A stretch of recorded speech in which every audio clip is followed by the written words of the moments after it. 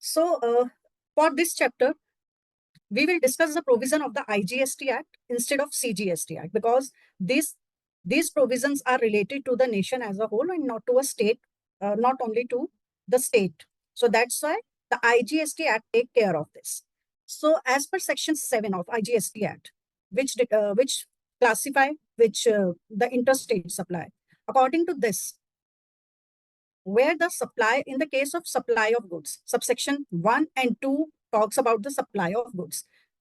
Subject to the provision of Section 10, the supply of goods where the location of the supplier and place of supply in two different states or union territory, or a state and a union territory, are in two different states or into different UTs, or a state or a UT.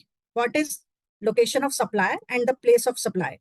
In that case, it will be termed as in the course of interstate trade or commerce. It means the location of supplier can be in any state or UT,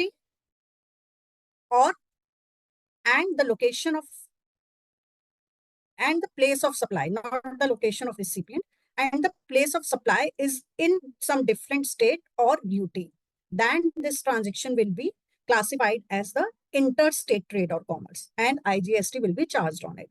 Similarly, in the case of goods imported into territory of India, in case of goods imported, the supply shall be treated as the interstate trade or commerce. So in case of import, the supply will always seen as the interstate supply, and IGST will be levied on this supply. Subclause 3 and 4 talks about the supply of services. Like 1 and 2 are talking about the goods, and 3 and 4 is saying the same thing in respect of supply of services. So here also, if the place of supply and location of the supplier into different state or UT, it will be termed as a supply of service in the course of interstate. And if any service is imported into the territory of India, it shall be treated as a service in the course of interstate trade or commerce. Now we come to subsection 5, which is a very important section, because these are the transactions which will be treated as in the course of interstate trade or commerce, even if the place of supply and the location of the supplier is in the same state. Even if it is in the same state, even in that case, the transaction will be treated as the interstate transaction. The first is when the supplier is located in India and the place of supply is outside India. And the place of supply is outside India. It means export. It means export. We are exporting the goods. If any supply is made to a SCZ unit or by a SCZ unit, it means if there is any transaction between a normal taxpayer and a SCZ unit, whether SCZ unit is supplying the goods or services, or whether SCZ unit is the recipient of those goods or services, this will be termed as interstate supply. So in the case of export or import, in the import is already covered in subsection 4 and 2.